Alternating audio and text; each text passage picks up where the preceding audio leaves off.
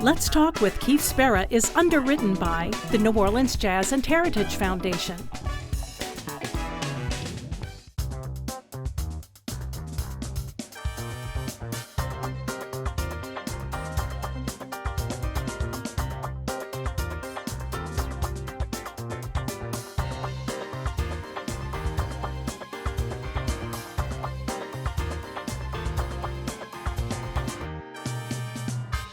Hello, I'm Keith Spera from NOLA.com and the Times-Picayune. Welcome to Let's Talk. If you are under 25, at some point you probably thought my guest today was a bigger rock star than Taylor Swift. 20 years ago, he and 3 friends hatched the Imagination Movers in a Lakeview backyard.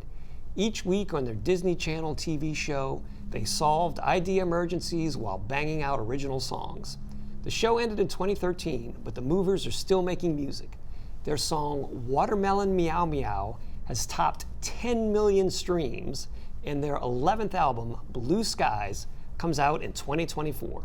Here to talk about all that and more is Imagination Movers co-founder, Scott Durbin. Scott? Well, thank you so much. Thanks for having me. I'm super excited to talk about Movers and everything that we've experienced in the 20 plus years we've been together. It's crazy. Amazing. To make you feel at ease, I brought a little friend here, Warehouse Mouse, who was a character on your show, on the TV show for many years. That's right. Did you see his hospitality rider? You mentioned that he's a diva. He is. A bit of a Warehouse Mouse is a bit Lots of of different types of cheeses, but yeah. You guys, in 2023, summer 2023, performed at the Lollapalooza Festival up in Chicago. It was Billie Eilish, Kendrick Lamar, Red Hot Chili Peppers. You all played the kid stage, and your fellow mover, Smitty Smith, told me that y'all had an interesting experience when you gazed out at the audience that came to see you all and realized that it wasn't necessarily little kids, but it was? It was basically 18 and over. I mean, it was like 300, 400 young people just packed around our stage, waiting for us to launch into brainstorming and theme song and jump up all of those evergreens that you hear on the TV show. And it was humbling for us. You know, I think we didn't know what to expect. At Lollapalooza. At Lollapalooza, of all places. But we were so taken back by this wonderful element of kind of just this slug of nostalgia for everybody that was there and the energy that was created because of it. And, we'd had people like videoing and stuff. And then we always stay after the show to talk to fans. And so many of them were so gracious in their compliments and how we played a role in their lives and their upbringing. And so we're always humbled by that, those experiences. But it was so wonderful to see young people who still remembered our songs and really enjoyed that experience that we had collectively. That's when I was talking to Smitty about it, he said you guys, when you all were looking at the lineup, you're like, oh wait, there are not a whole lot of nostalgia acts. And then you realized we are the guys. That's right. So, I mean, like the Revivalists played there and we saw them play. And but yeah, you're right. It was really, we've had during our 20 plus years run shows that have kind of like, just popped and been very memorable to us. And Lollapalooza, that experience was. And so, it motivated us to really kind of like look at that demo and consider doing shows for that demo, that specific demo. Well, that's the thing. I mean, your original kid fans are now old enough where you can have a beer with them. Yeah, we could. We in 2009 we were fortunate enough to be on the cover of Polestar, which is a trade publication for the music touring industry. And at that time, our core demo was 4 to 8 years old. Smash cut to today, and they're the age that we saw at Lollapalooza, and so it made sense. And it was like, but I think it was kind of like this epiphany through that experience at Lollapalooza that we were like, hey, let's do some more of these or see if this can work. Right, do some shows for grown-ups. Shows, that's right. For exactly. quote unquote grown-ups that are in their early 20s, but know all the songs. You're right, exactly. The TV show. Back in the day, I mean, when the show was on, in the off-season, you guys would go on these crazy long tours. I mean, 50-plus cities, 100 shows sometimes in the tour bus, which, none of you guys were necessarily making your living as a musician before the start. Correct. You were an educator. Rich Collins was in journalism. Dave Poche, an architect, and Smitty Smith, a firefighter. So to suddenly find yourselves sitting on a tour bus making a living as musicians, playing theater-sized venues all across the country. I mean, that had to be, at first at least, incredible joy, an incredible treat to be able to live that life. Well, it totally was. And I think, we, luckily it happened at a point in our lives when we were mature enough to handle it, Right. Because I could not imagine that kind of experience or success at 18 or 19 or 20. I don't know, there's no way I can handle it. And that's why I can empathize with anybody at that age. You hear stories and, maybe unsavory stories in the media and stuff like that, but it's like, there's so much that they're dealing with. And it's such a grind, like when you talk about like these 50 city tours and like you're from the bus to the venue to a hotel to the bus to the venue, and it's a grind. But I think we were at a point in a point in time in our lives where we were able to handle that and have always maintained this kind of balance between success and family and friendship. And I think the fact that we are 22 years into this and remain good friends is a testament, I think, to why we do it at all, Right. I remember hearing stories that some of your tour bus drivers who had worked for other acts, Snoop Dogg and the like, were a little disappointed that you guys weren't a little wilder on the road. Oh, we were called the lamest band in the world. So simply because when we got on the bus, we probably had a beer or two, but we would play DJ, and each guy would like play a song or two, and we would, and sing at the top of our lungs, whether it was a Queen song or whatever. And those are really magical moments that I think we all look back on and really treasure those times on the bus after the show when we're just together and just in fellowship, Are you happy to not be doing 50 show tours these days? It's funny because we do, we've had great partners with like Armed Forces Entertainment, and the longest tour we do now is really 10 to 12 days, but we'll do it with them. And there is this kind of wonderful like, it would be really nice to kind of go and do this again. But then on the other hand, it's such an absence away from your family or things like that.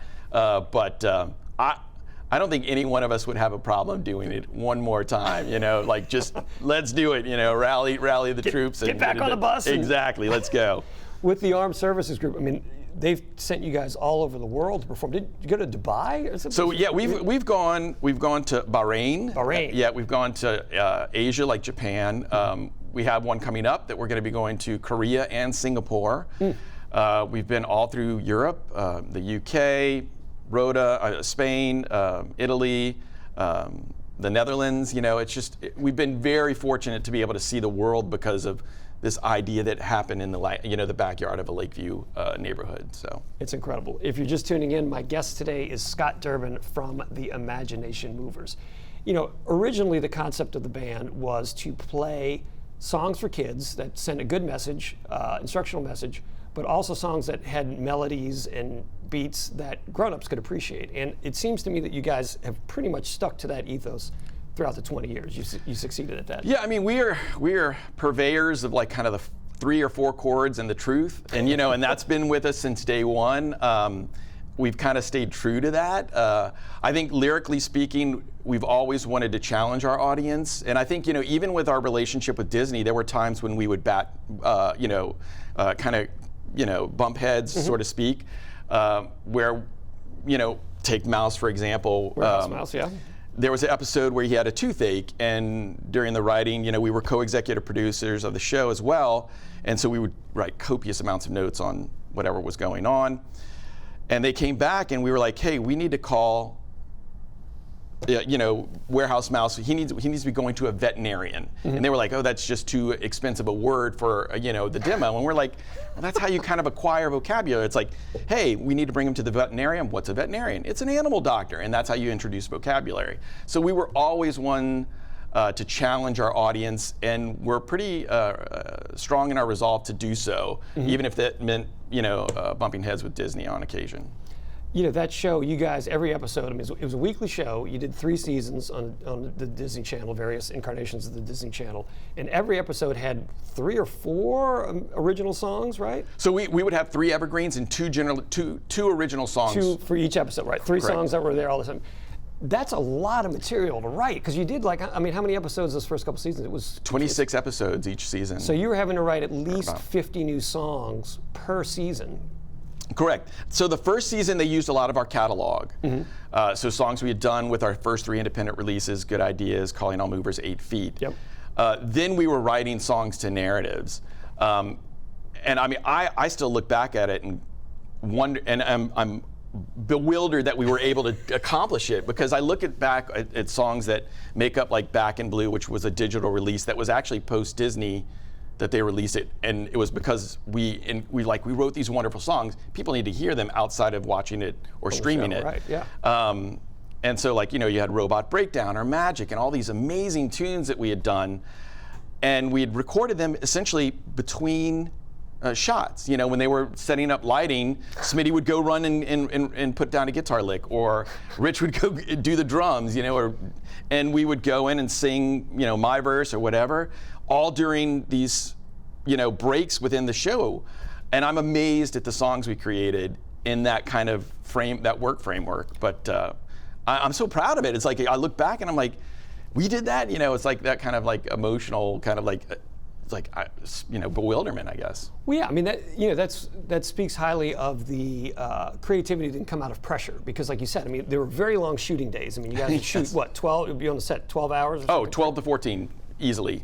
Yeah. And you're trying to write songs, like you said, on camera breaks. I mean, that's a crazy schedule to maintain, but y'all did it, and the songs, I think, hold up. I really do too. I mean, I think one of the things as we're 20 years into this, 20 plus years into this, I think we're most proud of the music we've created during that time.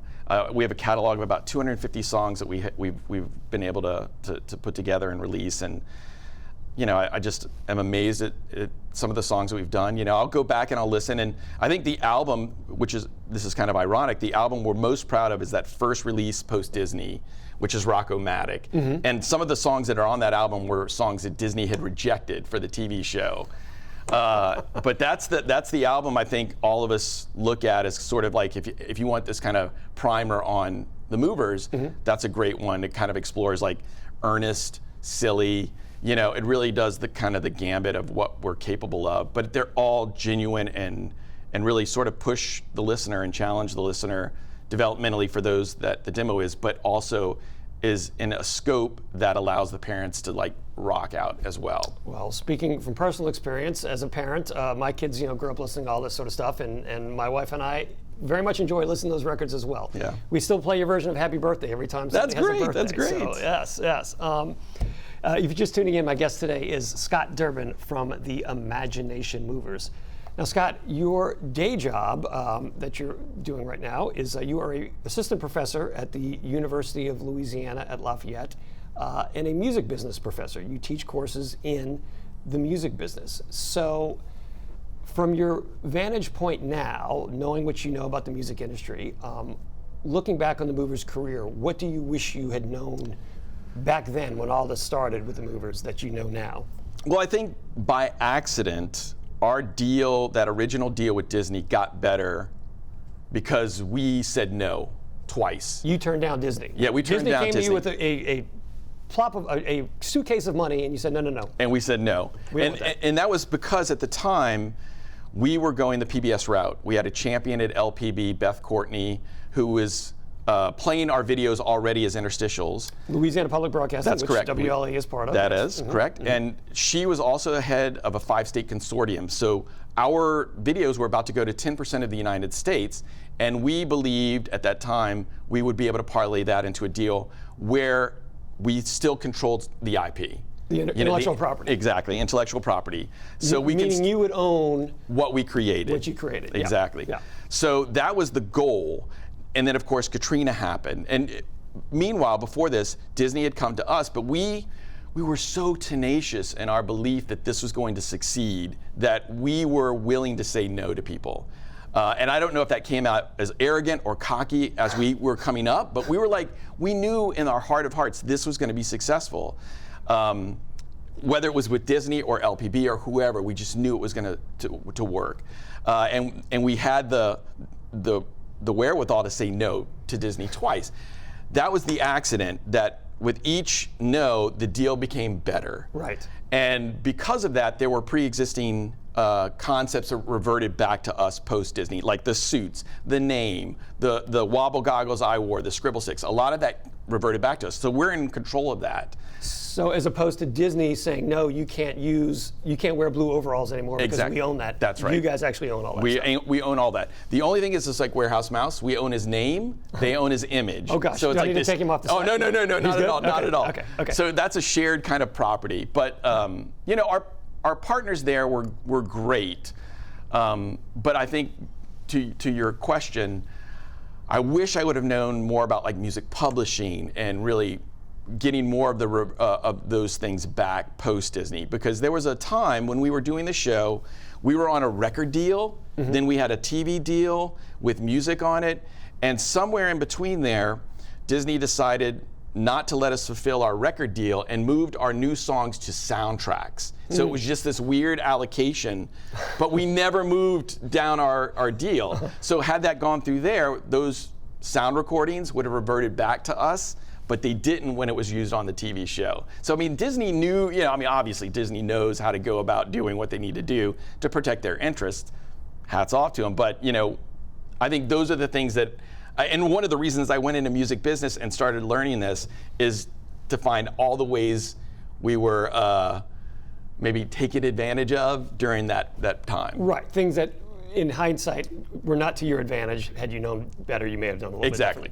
And look, that's you and basically every musician that's ever lived. Totally. I mean, when you're 20, 25 years old or whatever, and you're starting a band, you're not thinking about the intellectual property rights and this reverting this. I mean, that's just not part of the deal. But you as a professor now are hoping to school this next generation of musicians on this sort of thing. Exactly. And so like rights management, revenue streams, all of that is really this, my goal is like learn so that, if you're in the same position as we are, you can make informed decisions. Make informed decisions. So, if you're just tuning in, again, my guest today is Scott Durbin from the Imagination Movers.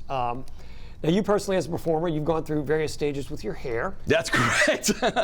You've had long hair. You've had a rather striking mohawk for a minute there, which I guess was your kind of punk rock phase. That is correct. There you go, on screen right there with your punk rock hair. Take a look at yourself. That is insane. Yeah, look at that. Huh? That's a good look. It's a good look.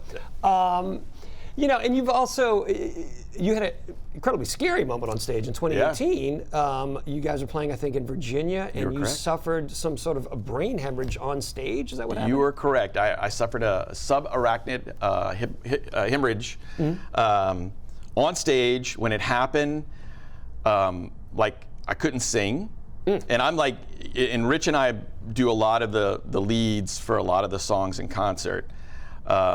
And it was the worst headache I'd ever had. So at the time I was thinking, okay, I had eaten like this pimento cheese sandwich in the, the dressing room. I mean, I'm not thinking, oh, I'm having a brain, some kind of aneurysm or something like that. I'm thinking, oh, wait up, maybe, I didn't get enough water or something. I mean, this weird thing's going through your head. Yeah. Luckily, we make it through that show. I'm not thinking it's as serious as it is, and we flew, and I probably should never have flown, but came back, and I was like, this is different, listen to my body. My wife always tells you, listen to your body, and went to the emergency room, and boom, they're like, the guy comes out and is like, and when you have that pause and like, hey, this is what's going on, and you're like, okay. And those moments, I think, in our lives, it's so, I think, having two kids, my wife, I wanted my kids to be part of that, because oftentimes we kind of want to shield our children from things that happen to us that are not scary things. Yeah, scary things. Yeah. But I wanted them to be part of the process, because I know even with my dad, who passed away from liver cancer, he did not let us know about his situation. And so that was and it was hard, because when he did pass, it was so sudden. Yeah, it was a shock. It was a shock. And so, I was like, I want them to be a part of it, because life is about the wonders, but it's also about those moments in family and friends. That's when you look back, those are the things that come up time and time again. It's not like awards or anything like that. You think about, oh, we won this, it's about family and friends. So you brought them into it, and they lived the process, and thankfully you made a full recovery. Yeah, very, very fortunate, so.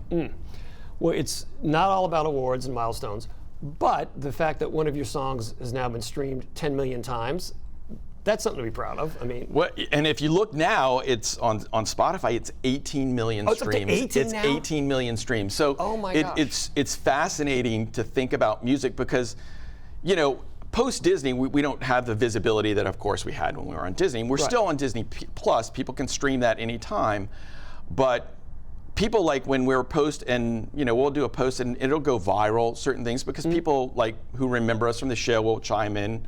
And it'll just boost everything. But they're like, oh, I can't believe you guys are still together. And, you know, we've never had a break. You know, we've always been pushing it. Our trajectory's always been forward. And to Watermelon Meow Meow's success, our music post-Disney has been just as successful. You know, when you think about that song, really within the last 2 years, it's really, those 18 million streams have happened. Yeah. So it's opened up our catalog of stuff that we now own, which has been to our benefit for the first time, you know. So it's been really kind of like a wonderful way for people to get back into what we're doing and realize, hey, we're still active, we're still putting on performances, and it's all because we do it for the right reasons, I think. Absolutely, absolutely. So the record coming out, Blue Skies, I gotta say, I liked the puns that you used to title the records with, puns on classic albums. Correct. You did Back in Blue, obviously AC/DC's Back in Black, Juice Box Heroes, You as got opposed to Jukebox Heroes from Foreigner. Blue Skies, I think, is just standing on its own merits. That's not a pun that I'm aware of, is it? Okay, so here's the thing with Blue Skies. When we were filming the show, anytime we had a young person come on set, the term Blue Skies would be shouted. So that would just to let everyone know children were around. So we can't say bad words. So we can't say bad words. Which is funny, which is strange because I don't curse. And like, you know, even when we're doing these 18 and over shows, everybody's like, are they going to do blue? Are they going to curse? Are they going to, what are they going to do? And none of the guys, I mean, we are the lamest band in the world, you know, according to Zeus, the bus driver for Snoop Dogg. Right, yeah. So it's not like the show's much different. You know, we add some strategic covers, but so Blue Skies is kind of this tip of the hat to really kind of this adult and kid kind of world that we're in right now. Kind of straddling the line. Straddling the line, and so Blue Skies is really that, you know, a tip of the hat to that. That was the code word. That was the code word. And the record, you're thinking of it, it's kind of a summer-themed record. You have a lot of summer-themed songs on there. Was that the concept going in, or did you look at it and say, oh wait, we've got all these songs that relate to summer?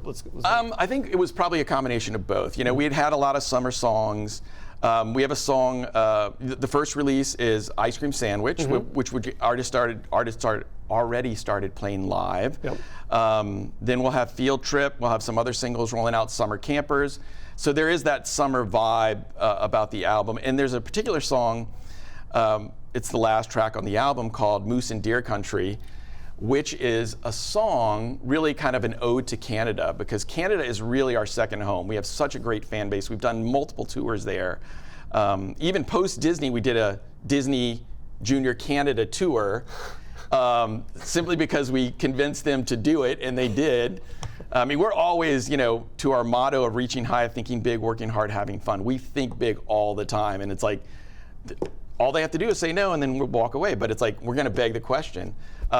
So we're in Canada. We're on this tour bus. We're in somewhere like in the Midwest. And it's Midwest just, of Canada. Yeah, Midwest of Canada, and there's just nothing but like dry land, like Saskatchewan, that kind of thing. And it's a post show, so we're having a beer or two, listening to our DJ radio station, and all of a sudden the bus slams on its brakes, and we're in the middle of a highway. There's nobody on the highway. Right. And I go from maybe mid-bus, I'd stood up to go probably get I'd gotten a beer, and slams on the brake, and I basically go almost from the back of the bus to the beginning of the front of the bus. Flying. Never spilled the beer. Because you're a pro, you're a music pro. Because I'm a music pro. Yeah. And the bus driver was like, "This is moose and deer country," you know? And I mean, it was not like we were getting crazy at all. We were like drinking a beer, playing music. That became the ode to Canada, moose and deer country, and our love. So we took this phrase that was not a great situation at the moment and turned it into something good. So wait, was he about to hit a moose or a deer? No, he just didn't. We were making too much noise for him. Because, so he thought you were distracting him because he needed to pay attention because it was moose and deer country. I guess so. So it was the weirdest thing. But so at the moment, Rich informs the bus driver. He goes, you're fired. And we were like, because it was the totally change in dynamics. Yeah. And we were like, and I think he probably knew, but we still had the rest of that drive to go. And we were like, okay, Rich, all right. So we were all like, on pins and needles the rest. But once we got to our destination, we got a new driver. Right. So maybe wait till you get to exactly. The destination. Wait till you do that. That's right. That's right. Lesson learned. We've only got a minute and a half left. But going forward, I mean, is this an indefinite endeavor? I mean, you guys still want to be putting on the blue overalls, in your 60s and 70s and playing for grandkids of your original fans? Yeah, it's a good question. I think, we'll continue doing it as long as we're doing it for the right reasons, that we have fans who come out and see us. I think as long as that happens, we're there's no reason not to. Unless knees and things like that, hips, become a situation. But it's a joy to be able to perform. It's an honor to be able to perform. All of our fans everywhere are so thankful for the reasons why we do it. When they go and see us live, they realize the authenticity that we bring with every show, and that we've always believed when we created music and did performances, we're not just performing to that 6 to 8 year old, but to the older siblings, to the parents, the grandparents, to really be that shared experience for a family. And so as long as we're continuing doing that and doing it for the right reasons, I don't see when we'd stop. And you guys all still fit in the blue overall. And we still fit, yes, that's right, you're correct. You go. And people we'll post a relatively recent picture and they're like, you look so young, and we're getting up there, but it's all because of the jumping, Jumping's good for you. That's it, apparently jumping's good for you, it keeps you young. Well, Scott, this has been a pleasure. Thank you for being on. Thank you so much. Really, really appreciate you and what you do for music and entertainment in this city. Well, thank you very much. All right. Once again, my guest has been Scott Durbin from the Imagination Movers. I'm Keith Spera. We'll see you next time on Let's Talk.